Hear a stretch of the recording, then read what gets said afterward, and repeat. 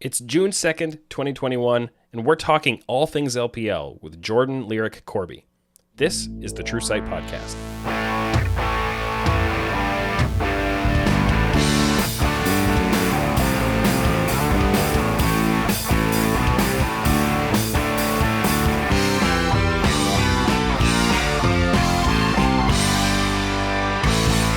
Welcome to the True Sight Podcast by Oracle's Elixir, your source for in-depth analytical coverage of professional League of Legends and the rest of the esports world. I'm Tim Magic Sevenhusen, and this week on the show, I am joined by Jordan Lyric Corby, a colorcaster for the English broadcast of the LPL. Welcome to the show, Lyric.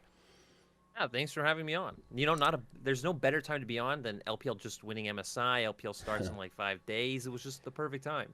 Yeah, and if that's why we took all this time to have you on the show, because people may not be aware, but I believe it was episode 2. I asked you if you'd be available to come on the show, and it didn't work out for one reason or another. And how many times have I asked you since then?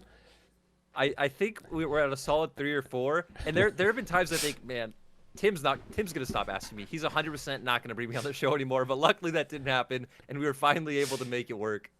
Yeah, here we are. Very glad to have you on the show. I've always been a fan of the casting work you do, and a little bit of a journey that you've had through esports.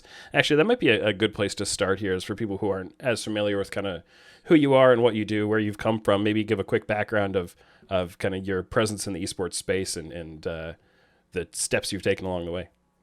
So, started out as everyone else, just loved watching League of Legends. Wrote articles for free. If anyone remembers that website, Gold per 10 back in the day. Got picked up by an LMS team in Season 5 as a coach/analyst. Did that for a few years. I worked with like Machi. People might remember them at Worlds last year. Hong Kong Attitude. They've been to Worlds numerous times. Did that for a little bit. LMS kind of has died out, sadly. Most famously went to Brazil and coached Flamingo, which went to Worlds in 2019. That was a team of like BRTT and Shrimp, who I'm sure a lot of people know. And then, right after World Championship, I get a call, hey, do you want to try being a caster for LPL? Send in my audition video with no expectations, and here we are today, a year and like 7 months later. Yeah, it's a journey that I think we've seen a lot of people take that journey in both directions, going from coaching to casting or casting to coaching, and you're another one of those. But given the leagues that you've been in with, over in the LMS and then Brazil and now China, I think people are a little less visible compared to one of the LCS casters sometimes doing it, or someone like Raz, who is so up front and center in the North American scene. But, your background just goes just as far back, and you've been a big presence in this space. So looking forward to talking to you about a lot of this LPL stuff. And I think a great place to start would be just to get an idea of one of the common sentiments that's really floated out there about the LPL a lot, especially around MSI. RNG go to MSI, they end up winning the event, and then you can hear a lot of people saying stuff like, oh yeah, but even if RNG didn't go, probably their second best LPL team probably would have won MSI too, maybe even the third, maybe even the fourth, depending how far they want to stretch the conversation, right? Why do people talk so much about the depth of the LPL's teams? I think this is, I've actually thought about this a little bit over the past few years, and I feel like one reason why people talk about depth in general, to probably start that out right, is just the focus that Riot puts on like regionality of League of Legends, right? To where you don't think of like Damwon winning or RNG winning as just Damwon and RNG, right? It's always tied back to like China or Korea, or China versus Korea, NA versus EU. And when you have those conversations, it's always going to push to, okay, well, what's the best region? And I feel like the fact that, right, player base, how many teams we have, all of these kind of things, it's kind of obvious that LPL would be one of like the forefront of that conversation. And I think it's honestly true. I think when you look not only at this playoffs where, right, we saw top esports bring RNG to 5 games, and heck, RNG had to win through a cheeky base race. We saw EDG bring RNG to 5 games. FPX beat them once. We have a very competitive league. And a funny stat that people might not know is last year, actually, I think it was even more competitive, because even the 13th place team, and that was last year, we had 8 teams in playoffs. Now we have 10. All the way down to the 13th place team, you were only 1 series out from making playoffs. So only 4 teams weren't really competitive. We have 13 teams that pretty much can go toe to toe. So I definitely feel like in LPL we have a very solid middle ground of talent that can like punch above its weight or kind of compete with anyone else in the LPL. So yeah, you have a lot of depth in the player talent, right? Like with just so many more teams than the other leagues have. For one thing, is it 17 teams right now? Yep. And I can't even keep track. And they're expanding all the time, and I'm sure it would have been even more if it wasn't for COVID by now. But you also have just at the top end, even it's not like you've got all these teams that are pretty good, and then one or two that are just way better than everybody else. Because you get that in some of these leagues, right? You saw that from PSG Talon. You've seen that from Damwon for the last year and a half. That they're just head and shoulders above everybody else. But you don't have that in the LPL, right? You have a lot of teams that are very close together, and then a few at the top. So like, who would you put in that top group right now? Obviously, you have RNG, you would have FBX who played them so close in the finals, like you said, top pushed them to 5 games. How big is that? Like any of these teams could have finished first kind of group. To me, it pretty much is that top four. I think there's other teams that could always pop up into it, right? I think IG is a famous example of that, like, right? IG has like the player talent. I think it depends on the meta, depends on like certain aspects where IG can probably always push into that, but definitely the FPX, EDG, Top Esports, and RNG. I feel like any one of these teams we sent to MSI, they would have had a similar performance. Maybe they wouldn't all have won, could have gone any direction, but I think they all would have done just about the same. I think all of them would have definitely made it to finals, and then we're probably just coming into stylistic differences of how they match up against a team like Damwon. Yeah, I mean, in terms of like predicting someone to win at MSI, I don't think that. I don't think you can look at any one of those teams and say that, oh yeah, RNG won so easily, and they could have won easily too, because RNG didn't win easily, right? Like that's the whole thing, is that the tournament was close in a lot of different ways, and it was pretty small stuff that decided between them. So you have to take that kind of grain of salt with this entire conversation about who would have won. But I guess what would be the kind of the differences in the styles of some of those top teams? RNG was really known for their side laning, their macro, their rotational play. Were there really different kind of approaches that these teams each took? Oh, I think 100%. When I look at LPL, the way I always think of this region is like we're like a specialist region. Like teams don't really care about the meta too much. They don't really care about what's strong. They're just gonna play around their strengths. I think the teams are much more, I'd say, player oriented and like player run than like how NA's trying to approach it now with, again, like a very sports kind of style with their system. So when you look at RNG, already said side laning, known for like their really strong mid game. Top Esports is pretty much only lane kingdom all the time. They're gonna win every lane by like 10 to 20 CS. And if they can snowball through that, they're going to win the game. And then you look at FPX, and I think FPX have kept a very similar style throughout all these years, where it's about like mid jungle, roaming the side lanes, looking for those dives, and like very early skirmish oriented and aggressive. Then EDG is kind of like the odd man out, where I feel like EDG do a lot of like, they do a lot of things all right, or like generally above average, but they don't really over-index into anything, right? We're going to see their jungle gank whichever lane has like the strong matchup. They're going to team fight around neutrals. If they have like a side laner, Scout can side lane. So I definitely think each team is very distinct, and I even think that's beyond the top four. I think you kind of go down the list of the 17 teams, and they all index into one or two areas. Sure. And do you think that comes down to just like who the individual players or who the stars are on each team, and that's what defines it, or where do you think those differences tend to come from?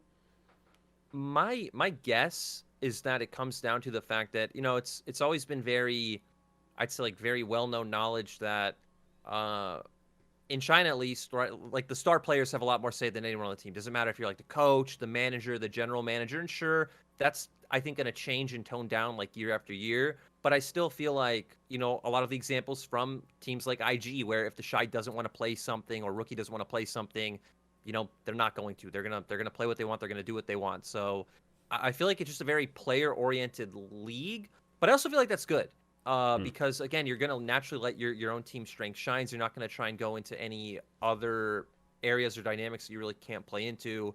And we've seen teams in LPL try to do that, and then they fail, right? We saw a good bit last split where IG would just kept putting the Shy on Ornn, or when 369 had to play games in like Gragas and Malphite. It's like, this doesn't really work. Maybe it can work with time, with coaching, with all these things. But I feel like LPL also really embraces the like, hey, we want to win now mentality. It's not really about development and building. That's what they have LDL for. That's what they have like their trainee programs for. So I think it's a very cool mindset. And I think it's a reason why LPL will always be a contender for internationals, because you have a team that's going to be strong in like each meta. So whatever meta comes, I feel like we're always going to have one or two really strong teams that can contend for a title. Sure. Yeah, and I think you've definitely seen that with some of the world's winners that have come out of the LPL, and you could just look at them and say, hey, that was the perfect meta for IG, and they won because the meta lined up with their skills, and off they go, or things like that. I think you could say similar about FPX, and I think given that they are such star focused teams in some ways, I think it's pretty easy to look at some of them and say, hey, FPX is the Doinby team, right, and IG is the the shy and rookie team. Is there that kind of character? So like people who might not be as familiar with some of the LPL rosters, if you kind of go down the list, is there generally that one or player or that pair of players who define, like who would those players be on, in your opinion, on top, on EDG, on some of these other organizations? Like even Yeah, RNG for that matter. Is RNG the Yahoo team or not so much? that's what was really interesting, right? Because I think coming in, you look at a team like RNG and you think the opposite. You're like, who is this team going to play around? Yeah. Who are exactly the star players? But I think when they started playing, the two constants for me have always been Xiaohu and Ming. Like not even just throughout history, but throughout how they played this split, right? Yeah. Not as much at MSI with, again, it was very Gala focused in my mind, but at least in LPL, it was all about Ming, like level 3 ganking top, comes back at level 5, they go for a dive, Wei's there as well. So I think very top support focused team for RNG. Top esports is the only outlier in like the whole like 1 or 2 man star show, just because right their whole roster is star studded. I think you look at 369, Karsa, Knight, and Jackie Love, and it's like, any of these guys can pop off, and that's also why I feel like it's very hard to bet against them winning in LPL because I think they're the only true team that does have a star in almost every position. You move on to a team like EDG. I think EDG is also a very team with like very clear focal points in Viper and Scout. Both are stars. Viper probably the best ADC in LPL. We didn't even get to see that guy at MSI. Gala was popping off. So how good would Viper be on a world stage? And I feel like you go down the list, and maybe other than like the bottom 2 or 3 teams, every team has 1 or 2 star caliber players that really define it. So I'll betray, some of my LPL ignorance here and say, when I look at EDG, I would have said, because correct me if I'm wrong on this, Flandre came over to that team, right? And he was starting pretty much the whole split, or was he? Yep. Yeah. And so given what I know of Flandre historically, not having him as a focal point of the team seems very surprising. Did he really shift his playstyle a lot? It was really weird because, a lot of people Sounds about right. super hype for this move. He has a very dynamic champion pool, plays carries, plays tanks. But yeah, he came into the EDG system and it was pretty much like, so JJ will gank top maybe once, like on his first clear if he's going top side. Then Flandre is by himself the rest of the game, gets no attention from jungle, wasn't really on carry picks all too often, was typically on like the survive side, weak side duty of like playing tanks. And yeah, I think it was very strange because Flandre definitely didn't have as good of a season, I think, as a lot of people predicted. Spent obviously a couple years struggling in like LNG and Snake, but I think a lot of people were like, it's the roster. Flandre's still good. Flandre still can put up numbers himself, but I don't really feel like we saw that this split. He performed well early on, but kind of like the longer the split went, I feel like the worse and worse we saw Flandre play. Do you think that was like, how much of that was him actually playing worse and how much of it was just playing this other profile that tends to not stand out as much? Because I think that's something that can often happen is you get players in, more of a role playing kind of a role or whatever language you want to use around it. And they tend to just not be front and center and visible. And that leads to a perception of them playing poorly, which I'm not, I think that's more common from, say, the fan perspective, right? But for you, somebody who watches these games very closely, was there some element to that? Is just like, this is not Flandre carrying on split pushes all the time. And so, maybe that just like warps the perception of him, or was it just straight up you actually thought he was playing worse? I think it was a bit of both because, again, I think the first half of the split, Flandre didn't come in like people would have perceived him to. Again, he wasn't this like massive player that could have been a focal point, but I thought a lot of that was down to how EDG were playing because Flandre was one of the really cool top laners in the fact that he uses like pressure really well, and he was one of the top laners that would like go in and like ward enemy Krugs. He would constantly hover around Scout's lane and like look for ganks mid. And I feel like that is not very common in the LPL. You have like a few top laners, him, Zoom, players like this who do that. But Flandre was a standout. But it was kind of like the longer the split went on, the less we saw of plays like that, and the more we saw him, especially I think struggling in laning phase in a lot of matchups. So Okay. it was really weird. I do think he got too much criticism from the community in certain games where like he would play Jace and then I think it was against RNG. Like the enemy team is sending right Ming and Wei constantly top. He's getting dove over and over and over again. It's like, well, when his team's playing completely for bot side, really what could he do? His damage numbers were still insane, like et cetera, et cetera. So I think it's definitely a bit of both, and it makes you wonder as well, kind of what goes on right with the mentality of a player like that, where you're pretty much just told, hey, fend for yourself, and we're gonna win the game, and see you later, Flandre. Yeah, especially when you come from being the big fish in a little pond on these LNG and Snake teams, and now you're kind of flipping that role. I'm sure it must be challenging for a player with that kind of history and profile to kind of figure out their place again and find the right way to approach it. Are there, going into summer, we've got that group at the top. Are there any kind of dark horses that you think are likely to have the best shot to break into that top four? Like, I've heard a lot in the past names like Billy. Who else would be kind of mentioned in that group sometimes? People like to talk about LGD, but I don't think they're actually a candidate. I'm sadly not aboard the LGD hype train. When I looked at this, because I was thinking about my power rankings going to summer, I feel like a lot's going to be set in stone from how spring was. I feel like in my mind, outside of IG, because IG is like the eternal dark horse, you never know what they're going to do. But I feel like WE is the one team that, even before their roster changes split, where they're bringing in Mole from V5, they could have done better if their bot lane had showed up. But WE just straight up upgraded their roster, in my opinion. Mole in my mind is a top 5 or top 6 mid laner in the LPL. I feel like he works a lot better with junglers than Shanks did, which was their former mid laner. And WE is a very jungle focused team. It's all about Beishang. It's all about setting up Beishang for success and then moving that into their bot lane so their bot lane can be a carry threat later on. We saw in 2020 this worked out well for them. They punched above their weight. They did better than expectations because their bot lane, missing a Jomong, played really well.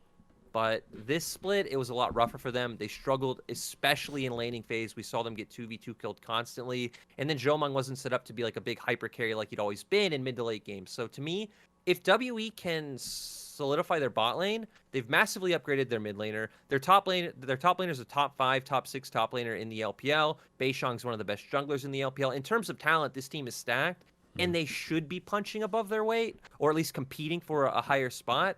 But I think in spring they ended 5th or 6th, so it's not like that's bad. Yeah. The problem is now, you're contending with actual monsters like top esports, EDG, JDG, etc. But I think WE are the most likely team that could be a dark horse and maybe get a world slot. Cool. Yeah, we'll have to watch and see what happens like that. I think there's a lot more we can still talk about with the LPL, but I think just to shift gears a little bit back again, we were talking about how the depth of all these teams at the top played into kind of the MSI conversations and how that all kind of panned out with RNG. And I'm curious from your perspective, somebody who spends so much time in the LPL, like, do you even get much time to watch the other leagues, or are you just so snowed under with constant LPL VODs?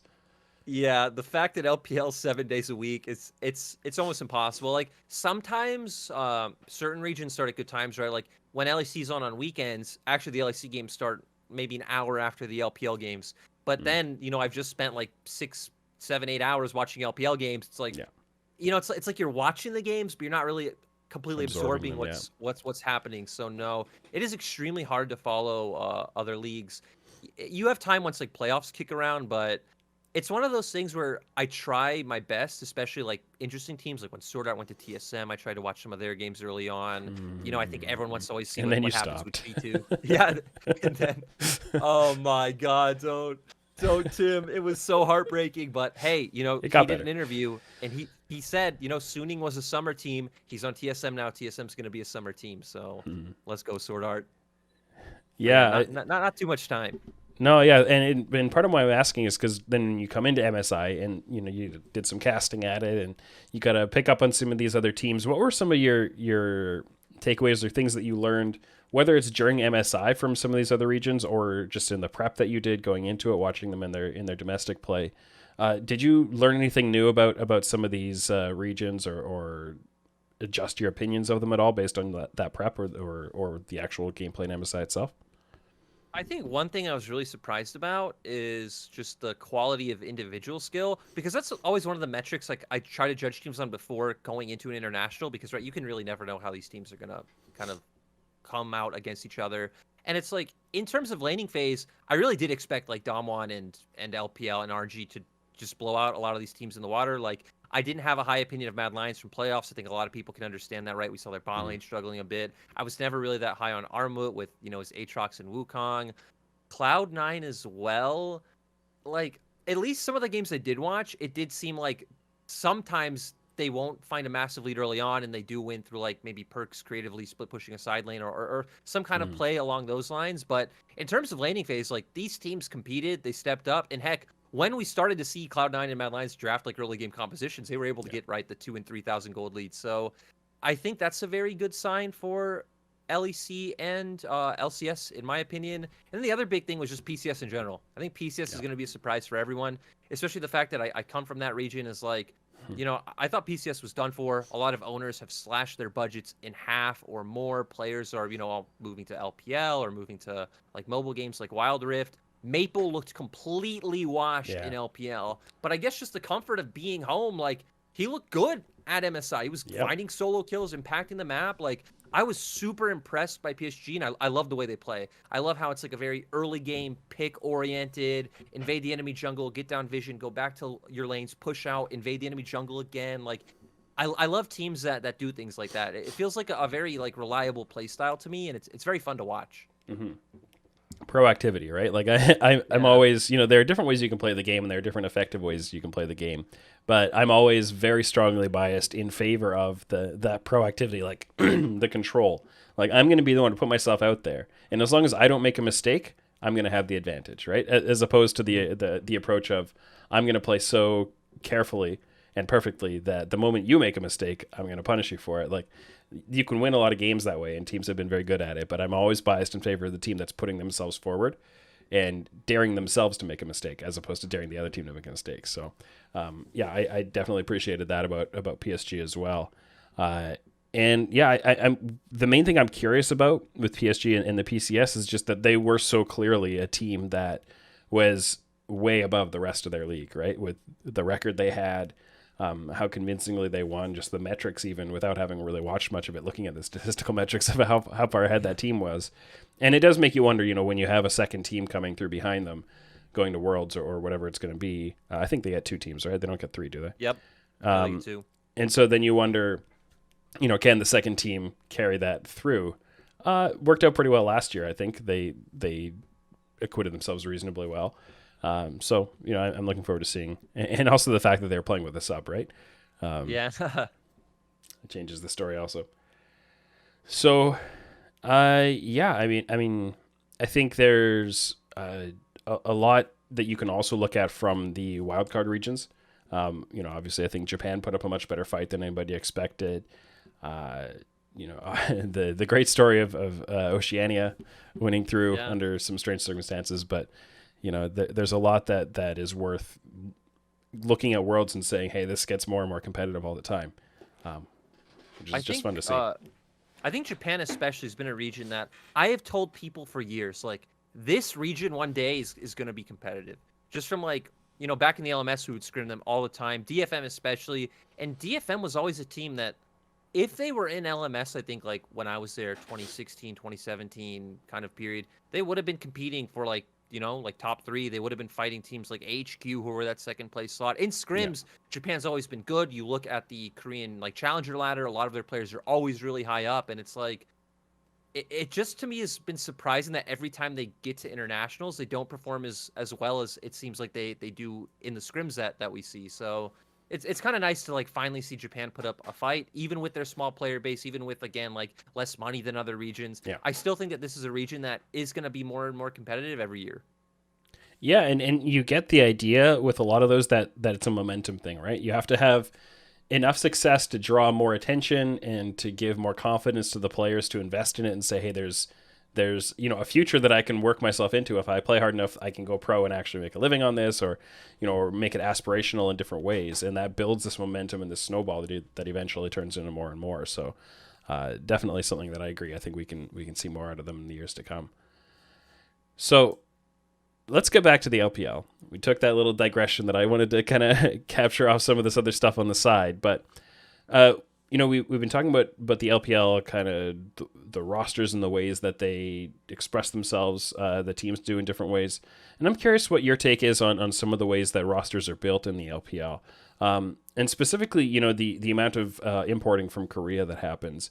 Uh, do you think that Korean imports are an important part of success still for the LPL, or is that kind of just going away as the Chinese talent kind of takes over more and more?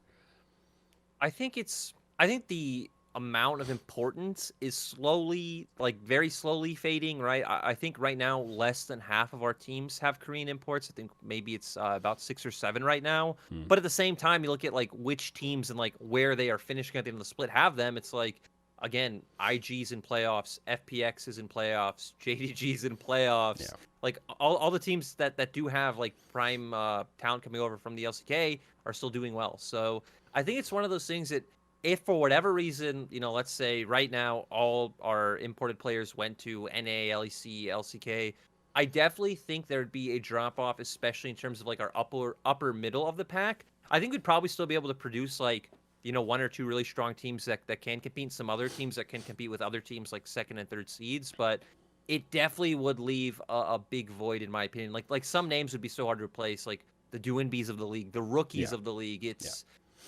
It would be quite rough. But I also think, again, maybe next year we even have like one less team with Korean imports and so on and so forth. So I think the LPL has a really good system that they've had for years. I think people are only starting to realize that teams have had more than two teams, more than just their main team and their academy team, because China and Korea have been doing it, for ages. They'll have the LPL team, the LDL team, their trainee team, maybe a youth team. Heck, some might even then have like a practice team on top of it. Like Yeah. there's just so much money being put into talent development that it just feels like a matter of time before, I wouldn't be surprised if maybe we just see only Chinese players in the LPL. So yeah, but it'd be a sad day. I want Rookie here forever. Yeah, well, I think you can point to a lot of big success stories with importing, and even the idea of importing and then just learning a lot from those players, and then eventually they move on. Like Mata, I think would be the great example of somebody who came over, had success in the LPL, but probably one of the really big parts of his success or his legacy was how much the rest of the league was able to learn from him and see from him, right? And how he does things, and his mentality and things like that. And there's been so much of that, but now you're kind of getting, the back end of that wave of let's bring in a whole bunch of Korean talent, but in the meantime, we're kind of like absorbing their energy, and eventually we're going to take over those spots from them. We don't need them here for the long term. And now you get, I think, still some successful importing, and then some where it's a little less clear whether it was a good call or not. So I look at like Nuguri, right? Like, Yeah. you can't, there's nothing to criticize there. Like, fantastic player, team did well. And then you look at Tarzan, something like that, and you go, okay, what's the big difference? Is it just the quality of the player that's a difference in how good of a choice it was to import these guys, or how do you see kind of the difference in those types of pickups? I think even like Tarzan still fits into the category of like, at least for me, like the Nuguri tier where I can mentally justify it. Like, sure, he doesn't have the same accolades, but again, from at least the perception of him from everyone, from like other LCK pros, from like coaches, town is like, okay, one of the best in the world. Anytime we get one of those, it's like, okay, I can understand what this team was going for. I think the ones that are more perplexing are so Victory 5, it used to have him, now TT has him, is like a player like Sam D. Sam D was a trainee under Gen G before coming over to the LDL in I think it was 2020 spring. So it's like, okay, he's not a bad player by any means. I think he had a really good spring split for the team that he was on, but it's like, it's just like, I'm sure TT or V5 could have found a player that was similar, if not better than him. So those are the ones why I question, like, I wonder what like the roster building thought behind like bringing this player over was, rather than just promoting, another Chinese player from the LDL. We're actually seeing a ton of that going into summer, where we have so many, like homegrown local players from LDL moving up. So Yeah. maybe there's starting to be a bit more of a mental shift like that. We don't see a lot of like Sam D type players being brought over anymore, but Yeah, I think that's the more perplexing one because again, the rookies, the shies, all of these, it's like okay, I get like players like the shy had already been playing in China for like years, even when he wasn't a pro, Sure. like streaming and things like that, or Nuggery big names. But those small names are the ones that are very interesting to me. And like, hey, I wonder what this GM or coach saw in a player like this. Yeah, I think a big difference that I tend to see in the scenarios, like I think Tarzan is one that is always really interesting to me, just because it's higher profile and I'm aware of him. But I think it probably applies to some of the other names you're mentioning. Is where the team is in the standings and where they see themselves being in the standings. If you're a middle to bottom pack team and you bring in like a really big name import, I tend to question that a lot. Like, Yeah. what are you working towards, right? Like, and I think, and I'm my approach to this question is very colored by the LCS perspective, where the same kind of thing happens that you can be, a bottom four team, bring in a really big import and go, okay, but why? It makes like my approach to this kind of roster building strategy is that domestic talent, and I've put this out pretty publicly quite a few times, that I think domestic talent in any league is the most valuable resource, the most precious resource you can have, and imports are the thing that you add on top of that to push you over the edge. And if you're not getting close to that edge, why would you import a big name? What do you actually gain from it? And so I look at someone like Tarzan going to a team that maybe if Flandre was still there and playing it the way he was 3 years ago or whatever, like maybe that was something interesting. But I think it's less of a problem in the LPL, just given that there is so much more talent in general, that your floors on every team is probably going to be a little bit higher. But I guess that's kind of the perspective that I bring to this and look at, okay, a team like FPX bringing in Nuggery, yeah, of course, like you're trying to push yourself over the edge from a top 5 into a top 1 kind of a team, right? I'm not sure if that applies to some of the other players you're mentioning as well. No, I definitely agree. Like, right? I guess the thing is, it's not really about Tarzan being brought over to the LPL. It's about like, teams like LNG team, again, they're not indexing into any area. You're not saying, hey, we're gonna go full development with this roster, but you're also not building a roster that realistically looks like they can take home a championship or even compete for a world slot. So Yeah. it's strange, but I think one thing we've seen in LPL is even though I don't think we have a lot of teams that commit to like developmental years with their roster because they do have, again, LDL teams and academy teams, it does look like we have very similar to sports where you can tell when an organization in like football or basketball is like, okay, we're going to have a budget year and then we're going to spend all our money next year. I think we do have quite a few teams like that. But again, LNG doesn't fall into either box, right? Because there's no way Tarzan did not fetch a pretty penny coming over to the LPL. So And I think I don't think they managed to really sell Flandre for much either. Or, I can't remember. There were some weird contract details around that, right? I mean, no, it was very public controversy that actually came out from both Flandre and LNG last year. Was that LNG wanted to sell him? They very publicly were like, "Hey, we don't want him anymore. We don't want him on our roster." And it was very awkward when then he was playing the split with them because you're like, "Okay, this guy's playing for a team that doesn't want him. He's probably gonna leave next split." Does it make sense? No, but it's LPL, and that's what LPL is. Yeah.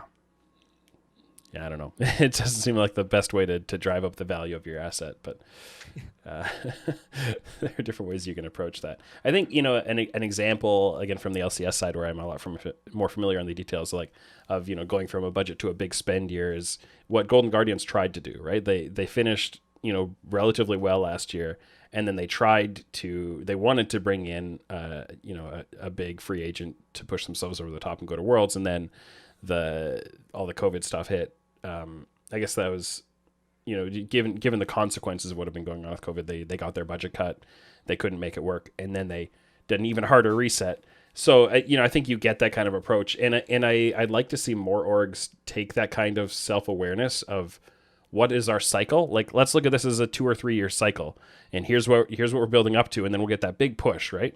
And we'll do the big spend on the import or the big spend on the buyout. Whatever it's going to be, and push ourselves over the top. And I think you can see that from teams at the top of different leagues. I think in importing leagues that do importing, like LPL and LCS, and the other leagues don't really do much of it on the same scale. I think that all of that matters more compared to the LCK or LEC, where things are a little different. But yeah, it's just one of those, like, armchair general manager kind of things. Oh, if I was in charge, here's what I would do. It's so easy to say when you haven't actually had to try to do it. But hey, I'm just saying, I watched your armchair NALCS, before the split started, and you seemed pretty good at it. But I couldn't convince you to bring over Rookie or the Shy. You said it wasn't in the budget. No, I don't think any team should try to get the budget up for that. No, I mean this whole angle and everything has definitely been on my mind with Cloud9 post MSI, and then especially with things coming out with now that they've demoted Sven, who's an import, and promoted King, who's a domestic player, and you get all kinds of people saying, "Oh, it's because they want to sell Blabber, make a bunch of money on him, and import Yankos or somebody else like that." And I just go, "Oh my goodness, what?" It's just nuts. But it's just really weird. Even coming from, again, an ex-coaching perspective of like, right, your few good domestic players, like actually international caliber. And again, one tournament doesn't matter. Blabber did not play well at MSI. We all know that, but you can't discount a whole split or what you see in practice. Stuff like that just blows my mind. It's like, guys, that can't be the plan, or at least it shouldn't be the plan, No, I sure hope not. And if anything like that happens, trust me, I will have things to say. But anyways, back to the LPL once again. One thing that I'm really interested in is that it seems like, compared to a lot of other leagues, the LPL does a lot more in the mid-season in terms of roster shuffles and things moving around. I think we've seen, some movement. We just talking about a mid-season move of sorts in NA, but we see a little bit of movement in LCK, LEC, but obviously just with there being that many more teams in the LPL, for one thing, you get a lot more kind of shuffling and teams try to rejig. What are some of the biggest or most interesting moves you've seen this mid-season break so far? So it's really interesting. Pull up the moves, because there's a lot of moves that I think like look really cool or like help the team out, but I don't necessarily think they change like the projection of the team. I think when I look at the most interesting move in my mind, it's BLG buying out Weiwei and PP God and bringing them over. So now, like, for BLG, you have Bubu, Weiwei, Zika, Aiming, and PP God. And when I look at this roster, it's like, okay, this roster is a clear upgrade from what BLG had before. I think Aiming, even though he didn't perform that well in spring, he showed a lot of like super high highs. Like, this guy can single-handedly carry games. Everyone talks about Zika. He's another import player as like the prodigy of Coma. Coma was really big on this guy and like had him in the Vici roster when Coma was coaching them to like kind of build him up. Weiwei and PP God have had tremendous success together. BB was also on that former V5 roster. The problem is, even though this roster is an upgrade, it's like, okay, you pretty much just have the former Victory 5 roster that finished 6th in summer last year with a much better AD carry, but a much worse mid laner. So it's like, I think if Aiming pops off in this roster, they can be good. They can compete for maybe like a 6 through 8 spot. Maybe it'll be like an RNG situation where the synergy somehow is just perfect, and maybe then they could punch even higher. But yeah, I think BLG definitely are the biggest winners in terms of known quantities, because beyond that, we have like so many teams bringing in LDL players. I think another big example is Top Esports. I think will be the big one to everyone, is like they're bringing over this top laner. His name's Ching Tian from Young Miracles. Everyone knows the Young Miracles story now, pretty much making all the best players in the LPL. But it's like, hey, 369 was good. Like, did he need too many resources? Yeah, he probably did, but moves like this are interesting to me, because no matter how this guy performed in LPL is just a whole different beast. Yeah, for sure. And especially when you do have that, the shoes to fill of a 369 who I think is very well celebrated. Not, even if, I don't know how well he played really overall in spring, but even just going back to last year, a lot of people were very impressed with him, and I was for sure. And having to, fill that in and say, no, we think he's going to be better, or I don't know, maybe there's a budget thing. You never know really from the outside on that, but maybe there were relationship factors or team fit kind of stuff emerging. I think there are some rumors around that as well. That definitely makes things interesting. I think the Top Esports one is also unique because they're actually keeping 369 on the roster. Like, they can still always use him, but from the little LDL prep I've done this far, that's actually what this week's going to be, looking at all these LDL players, is Xing Tian's much more of like a weak side, plays bruisers, plays a lot of tanks. Okay. Ornn's the second most played throughout his career, so I've talked to a lot of people behind the scenes in LPL, and they're like, "Hey, top esports are smashing scrims, and it's pretty much leave topside on an island, Yeah. all in on Knight and Jackie Love." So maybe it's one of those things where they're like, "Hey, maybe having too many stars isn't the right answer. Yeah. Spreading Karsa thin is not really a winning strategy, and we're gonna go with this guy who's very stable, which Yeah. could work, but it's not the top esports I knew and loved." Yeah, just refine the play style a little bit. I think I'd like to wind it back a little bit. You were talking about aiming specifically, and I'm curious, just as a personal interest kind of thing, because when I watched him last year, I was pretty impressed. He seemed like a player who was, kind of neutral mid game, carry the team fights, clean up kind of profile guy, and kind of I saw him as like right on the edge of being import level. Like if he's probably going to cost a lot less than Deft and his younger kind of thing. Like, and he was a free agent. Maybe you go for him if you really want an import kind of slot kind of thing. But I wasn't entirely convinced that he was that good.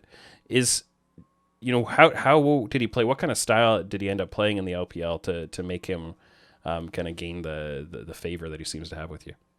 It was really interesting because he came into BLG, and what they should have done and what they did in a few games was like, hey, you're going to see Aiming and Mark play extremely aggressive 2v2 in the bot lane. Like, Aiming was always looking to 2v2 kill you in, like, the first, 5 minutes of the game. Extremely aggressive. They were winning lanes by, 15 to 20 CS consistently. And they were pretty much only playing, 2 snowball from that advantage. Aiming would play a lot of things like Samira when she was meta. And those were really where BLG shined. But BLG is a team, for whatever reason, would quickly shied away from doing that. I'm not sure if it's because maybe communication issues between their bot laners or, things along that line, because they moved quickly away from being like, hey, let's go play around Bew, who all of his success was from being a weak side top laner on Victory 5. So it was a strategy that didn't really make much sense. And BLG were very much a team throughout most of the split that were, hey, we can get a 2 to 5k gold lead early on, but they're never going to be able to close it out because the teamwork's not there, the dragon setups aren't there, they don't know when to push out side waves or get vision. They were just very, very good laners. And I feel like for someone like Aiming, when you have that base skill down and knowing that, okay, again, you don't speak Chinese, so you're probably just coming in and you're just, doing what you know how to do, right? You don't actually really control any of the shot calling or any of those kinds of intangibles that made BLG bad. It's like, if BLG has, I'd say, smarter pieces around him, it's like, okay, this guy's literally just an artillery unit that knows how to right click really good, makes really good micro decision making, and he can carry the game. So I feel like the fact that Weiwei and PP God were the known callers of Victory 5, and again, they performed well last year, it's like, cool. You now have potentially a system that will facilitate aiming, because even V5 back in the day, they played all around bot lane. So it's like, if aiming is going to succeed, it's going to be with this team now, and we've seen the glimpses of what would let him succeed. Yeah, it seems like that creates a bit of a coaching puzzle to figure out what's the right setup for this and what style of a player. I think from what I've seen, it tends to be a bit of a pattern that you'll get these relatively conservative LCK players who are just trying to, play low mistakes and so on. You bring them to the LPL and they get unleashed and like you're saying, going for all these kills early and I get to play a mechanical game and flex my solo queue muscles a little bit more, and then it gets corrected a little bit because they overcorrect. But I feel like I have seen that before from different players, and it kind of fits the public narratives of the leagues a little. So maybe it's just preconceived notions, but I feel like even Deft was like that a little bit, to where when we saw Deft initially come to the LPL, he was super aggressive, 2v2 killing people left and right, just absolutely insane. So yeah, I think it's something that's really, really cool to see. And again, it's something that I think, especially for Aiming, was fun because, this is a bit of a tangent, but I know the narrative to the outside world of people who don't follow LPL is like, oh, LPL AD carries. We had Uzi, we had Jackie Love, now Gala's popping off. But I actually feel like AD carry is the weakest role in LPL by far. So getting people like Aiming, I think makes a lot of sense, to where, like you were saying, right? He was teetering on the level of import level or not, maybe in isolation. But it's once you put it through the lens of okay, LPL AD carries, it's probably our worst role. It's players like Aiming coming over, I think makes a really big difference. Yeah, for sure. Or Viper, for that matter. Yeah, exactly. One that has been getting a lot of discussion for sure this year. A couple other moves that kind of caught my eye. So LGD obviously making some moves. Some of public, some actually just rumored, right? So GA to LGA, and then I believe that one's official. Yep. But Shadow, that one's not official, but strongly rumored that he's going to get his shot in the LPL. What's your take on what they seem to be doing over there? So I think it's a step up from what they had in spring, but in spring they had like the most budget roster of budget rosters, where they're just like, okay, we're gonna keep Kramer, and then we're just gonna put a bunch of like young, untrained, untested players around him. Obviously didn't work out, so now they're trying to go back to the success they had last year, which seems like the LGD formula is like, okay, spring we don't care, summer we can buy good players and try and make it to Worlds. But my problem is I actually don't feel like Shie or Mark are that good in relation to other LPL players. I feel like Shie is not bad by any means, but is Shie better than Rookie, Knight, Fofo, Mole, Doinby, Scout? It's like, in my opinion, no. He's still fine. He can still compete internationally, as we saw at Worlds, but his laning's not all that strong. He's not particularly indexed into like being a great team fighter or anything like this. His champion pool is actually pretty weird. He leans a lot on like, in my opinion, she is best on champions like Irelia, Silas, like very aggressive early game skirmishers, where he can pop off and find flanks and like impact the backline. Not like mages, not really champion like other weird niche champions like Twisted Fate. So yeah, I think he's interesting because he doesn't lean towards playing those champions. He loves his Twisted Fates, his Orianas, his Syndras, but I don't really think it's his strength. And then we look at the Shadow move, and again, this one's only rumored, so we're not sure if it'll happen or not, but I would love to see this move. I think, again, just remembering the kind of player he was on Mad Lions of, like, again, the mechanical talent, the Lee Sin player, very aggressive. And LGD, in my opinion, need a better jungler. They have this guy called Quay, who very, very young, again, very untested. It's like, hey, bring in some experience, bring in a guy who's been to Worlds. And again, it fits that LGD formula of, again, kind of stocking up in summer to try to make a Worlds run. And I think it'd also be a really interesting 2v2, because one thing I'll give Shie, after, I just kind of bagged on him, he's very good at playing around his jungler. He's very good at playing like that 2v2, you gank mid, we roam together in the enemy jungle, and we find kills. And it feels like that would suit Shadow's playstyle very well. Yeah. Then you have someone like Kramer, who's going to be your late game carry, and then maybe this team is, competing for a playoff spot. Yeah, that's definitely like when I think of Shadow, I definitely think of that kind of like unleashed kind of potential, right? Like, oh, put me into that kind of an environment. And there's a chance, like, he is a very mechanical player. He is a very like snowball-y, prefers to be in that kind of opportunity. And that's what I get excited about. I don't know if I would look at it and say like, oh, and this guy's gonna just take off and become, a top 5 jungler in the LPL. Like, I'm not that high on it, but it looks like a lot of fun, right? Yeah. And who knows what could happen, and maybe things get really comfortable and then it works out really well. But I think also obviously just the storyline of it, right? Like a player who played in the LEC and now gets to move over to the LPL. This doesn't really happen, right? So it makes it a lot of fun from like a global perspective of seeing that type of mobility. And obviously he has a bit of a unique background, kind of where he comes from as a person of it's not like a German player going over to getting imported from the LEC to the LPL. It's not that kind of a thing, but it's still something that I think European fans can hang their hats on a little bit, if it does go through and be excited about, right? Yeah, again, it would be like the first of its kind of seeing something like this. It's kind of crazy, right? Because we always had rumors back in the day of like people like Doublelift going over. Yeah. Forgiven got rumored to go to the LPL like a few years ago. So Yeah, Reckless. Shadow, Reckless. Shadow, a much less high profile one. Like you said, I don't think he'll be competing for top 5 or anything right away. I think that's a fair expectation from everyone, but I think he's a player who would definitely be better than the bottom junglers we have in LPL, and he's definitely a player, right, who has room to grow. He hasn't played that long. Yeah. It kind of sucks that, he did have clear problems with Mad Lions and did have to get replaced, but I think he's definitely a player who can still show up in like a major region. So, especially putting him on Chinese and Korean solo queue, I'd love to see how that guy can like take off. Yeah, for sure. And the other big move, and you might have some other ones to put on this list here, but this is on a bit of a different profile, is Nofe joining IG to coach them. What do you expect out of this move? This one is like really interesting to me, right?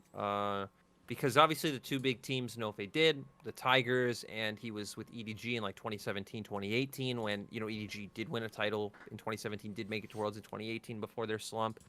But this one is going to be really hard for me to gauge, just because, again, it's very, very public knowledge. The Shy has said it in interviews, like how, like, he doesn't really think coaches have much of a place in League of Legends. Like, what can this guy do if he can't tell me how to play the game? I know more than him about what I should be doing, type thing. What was it, Worlds, where his coach told him to lock in a champion? I think it was Coach Kim, and he said, no, I'm not doing it. Locked in a completely different champion. I think it was like ended up locking in a Fiora. So to me, I don't know, because I think Nofe's clearly very decorated coach. From people I've talked to who've worked with him behind the scenes, they talk very highly of him. But yeah, I hope he brings the belt, because IG seem like the kind of team that needs someone who's gonna bring the belt, put in a bit of discipline, because they have all the individual skill to make it work. They just need some form of authority above them. Yeah. But coming from coaching, I don't necessarily think the coach can do that. I think that's a higher level of management or ownership, Sure. having to say, hey guys, get in line, or you're gone. But problem is with IG Stars, I don't think that will ever happen. Yeah, and of course, different players react differently to different types of Yep. authority. Like whether maybe Nofe has enough of a resume that the Shy will respect it, right, and be like, okay, I'm going to give you a chance and like develop some respect and some appreciation for what you bring. And you definitely have players out there. You even have coaches out there who have the perspective that you can't be a good coach unless you can play, at a high level. Is one that I've engaged with. It's a topic that I've engaged with on different levels at times. Even as a content creator, I've had people come at me and say, that I can't know much about the game because I don't play at a high level or whatever. Like I've never been above silver. Okay, fine. Is that a topic that you've ever really interacted with, or you just like stay away from it, wouldn't touch it with a 10-foot pole? It's like one of those topics where I think I don't think people should be making harsh statements about like you can't coach if you aren't high elo, you can't content create, like you shouldn't be a part of sculpting the narrative of the game or knowledge of the game if you're not high elo. But at the other spectrum, right, it's 100% better, I think, if you can. I think it definitely gives you like a more nuanced perspective, especially coming from coaching, where now I could be a lane coach for my players and help them out with matchups and these sort of things. Or if you're a content creator, you can like index into that area. So it's one of those arguments where I don't particularly care to engage with it, because I think it's just, I don't want to say dumb, but it's like we've seen numerous times that people can know the game, have intelligent thoughts about the game, can critically think, which I feel like is a much more important skill in general than like, hey, I'm, Diamond 1 or something like that. But it's like, of course, it helps if you then have that on top of being able to critically think and, break down things and have an inquisitive mind. So it's one of those topics that I feel like just gets framed poorly from the community. A bit of tends to have a lot of bad faith approaches to it, probably from both sides. But I think especially from the side of people who say that you can't coach without being capable of playing at a high level, I think is a pretty limited way to approach it. And I think you get people stuck in the idea that, sure, playing at a high level is beneficial and you learn certain things from it that are much, much more difficult to pick up. But it definitely loses the perspective that there's more than one way to learn the same information. And different styles can work for different people. I think I've definitely also seen people out there challenging, saying like, oh, you can say like, hey, I'm in my mid-30s, so I can like blame reaction speed or whatever. Like, oh, I have poor reaction speed, so I can't mechanically execute. And they'll say, oh, but as long as you have the knowledge, you don't really need to execute up until you're diamond level or whatever. Well, there's so many different subtle skills on how quickly you process and react to certain types of information.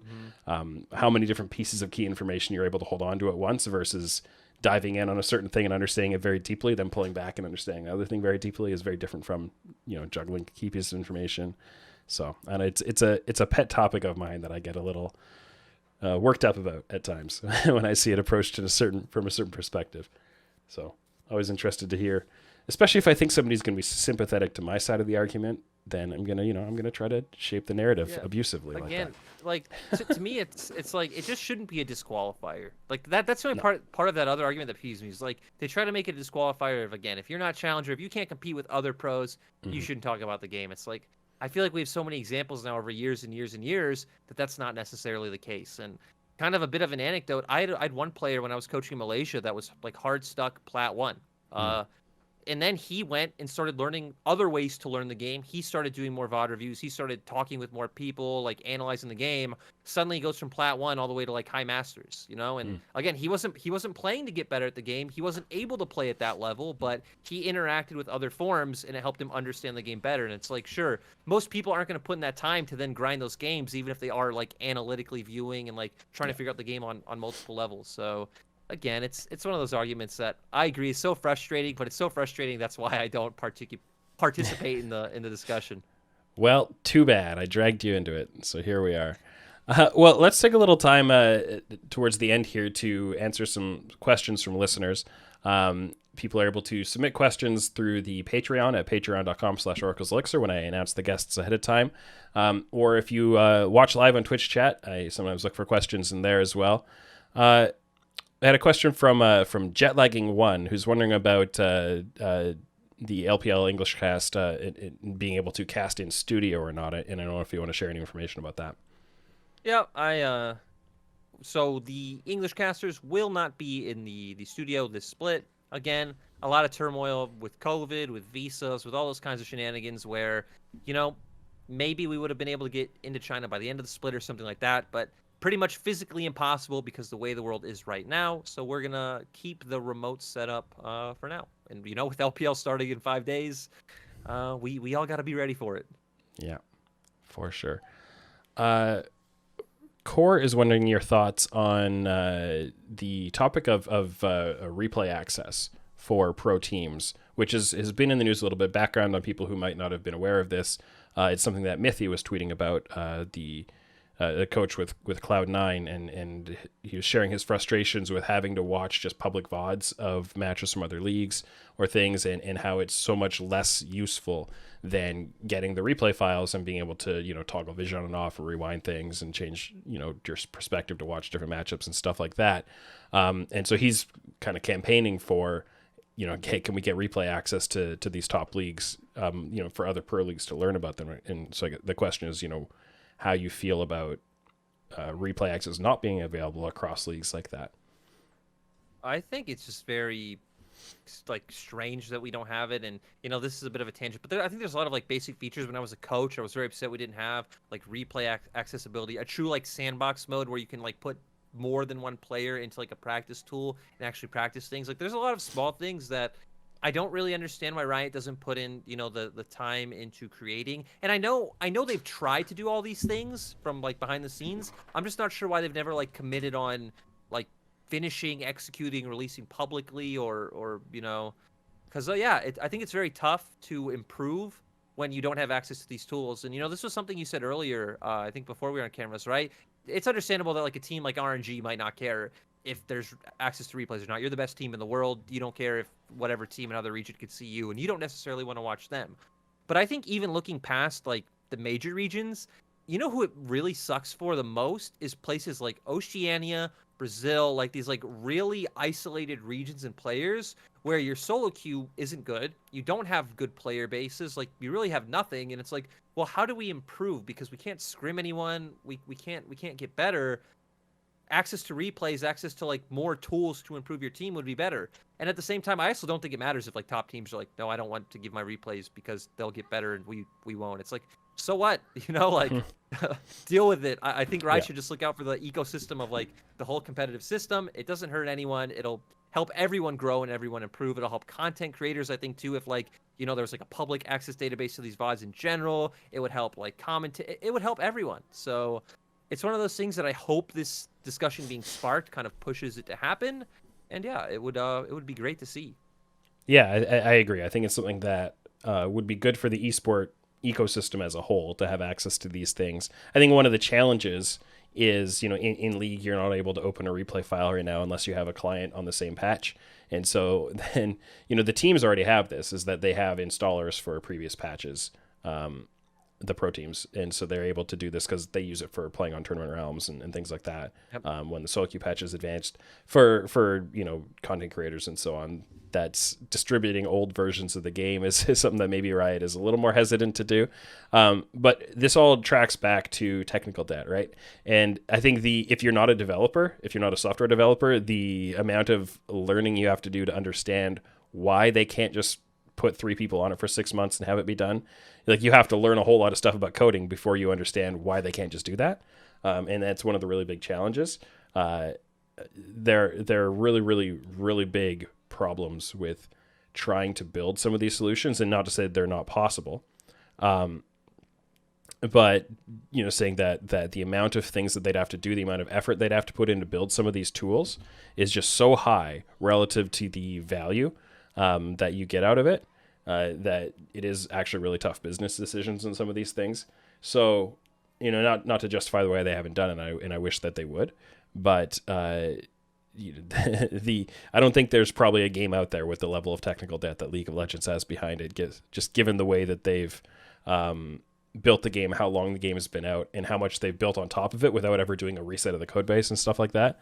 It's a really big deal trying to build this stuff. Even the fact that I also think it's fair that you're here to give the other side, right? Because I think a lot of us aren't going to understand, like, hey, why is something that seems so basic not happening? Because obviously there is another side, right? If it was just easy, Riot would of course do it. There'd probably be ways to monetize it as well, and it'd be beneficial for them. So I think it's kind of good that we do get both sides of the coin.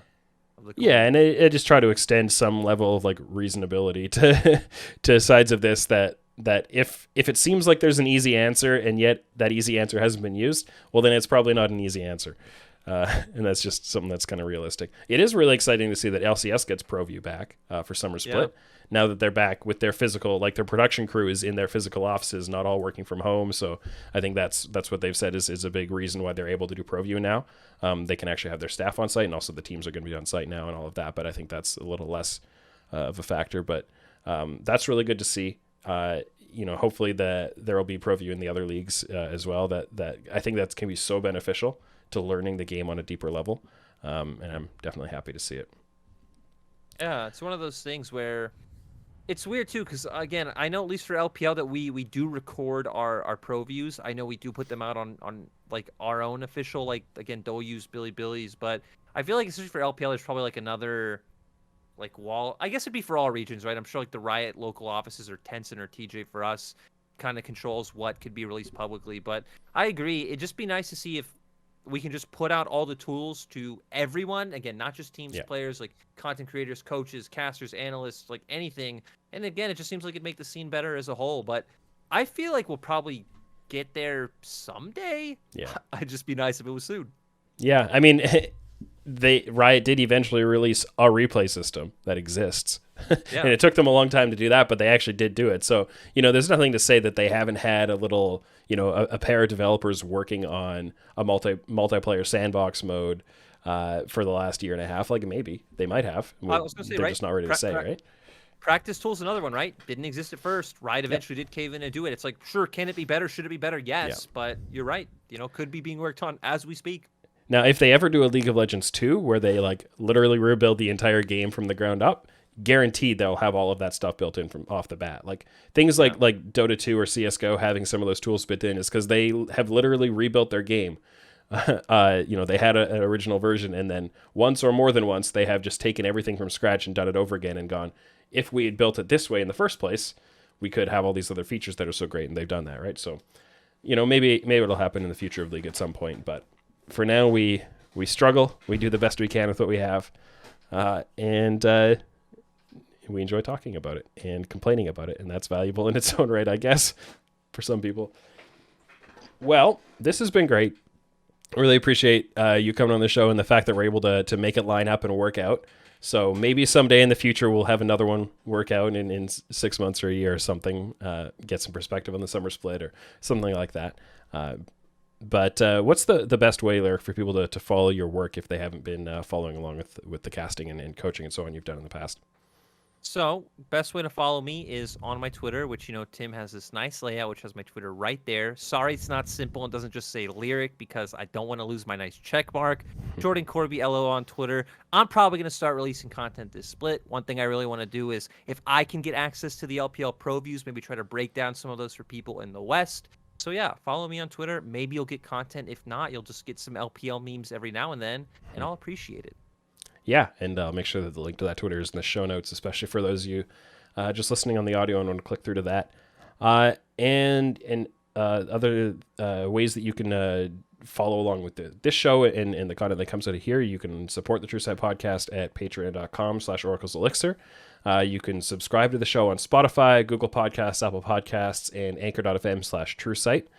And make sure you check out the Oracle's Elixir Discord server, which we use to record this show. And we also have a great community in there that talks about League of Legends esports, data science, and a lot of other fun topics. So links for all of those will be in the show notes as well. This has been the TrueSight podcast, and I'm Tim Sevenhusen. Thanks for listening.